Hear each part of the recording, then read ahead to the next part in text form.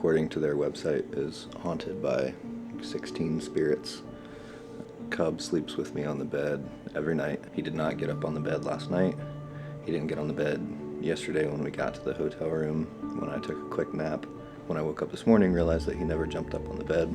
I called him up on the bed, and he put both of his front paws up on the bed next to me so that I could pet him. And then he looked back over both of his shoulders towards the hallway. Last year, I stayed at the Copper Queen Hotel in Bisbee, Arizona. This is the first time that this footage has been seen.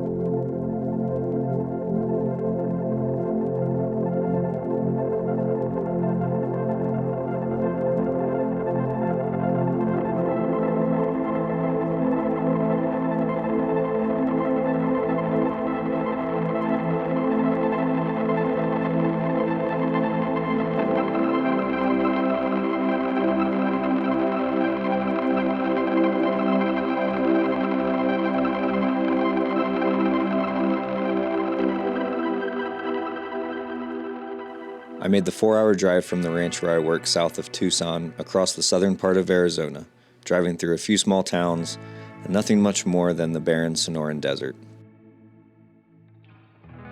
When you drive through and see these landscapes, it's not hard to understand why so few people live down here.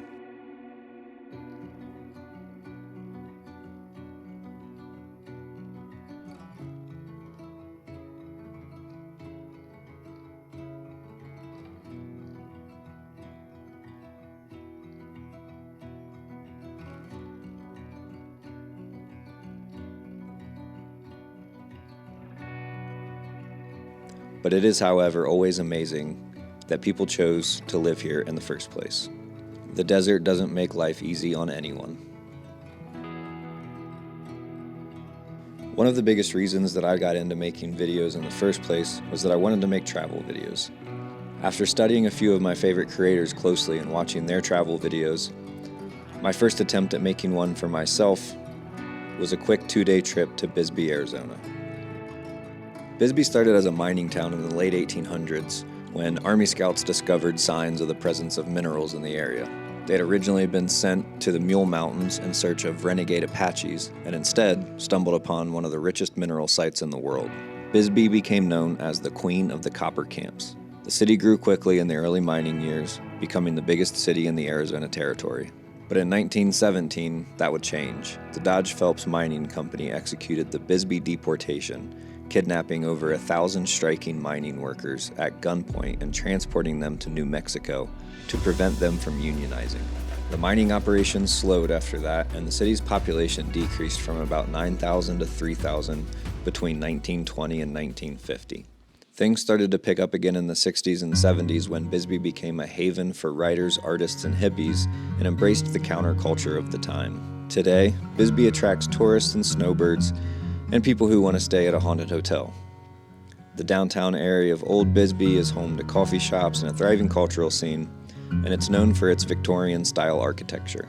I really enjoyed wandering around the city, marveling at some of these old buildings, the architecture, and how the buildings were built into the side of the hills. I chose to stay in the Copper Queen Hotel in Bisbee, not specifically because it was supposedly haunted, but because I was interested in the history surrounding the hotel and the mining operation in the city in general.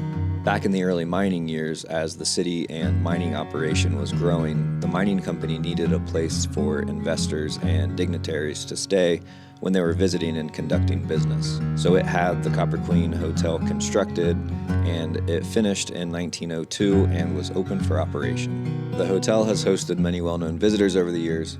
John Wayne was known to be a regular, Lee Marvin, Michelle Pfeiffer, Harry Houdini, Jake LaMotta. However, its most famous guests are the ones that never leave.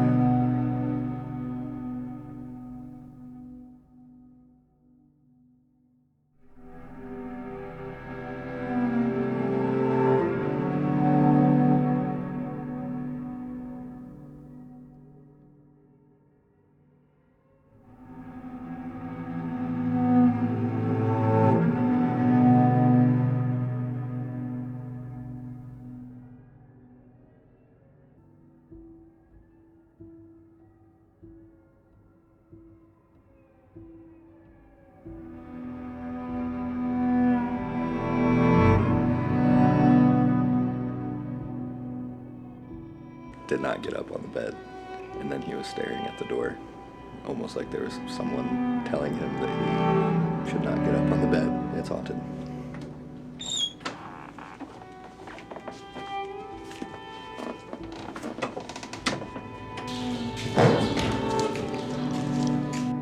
Aside from the weird behavior of my dog, I didn't actually see any ghosts.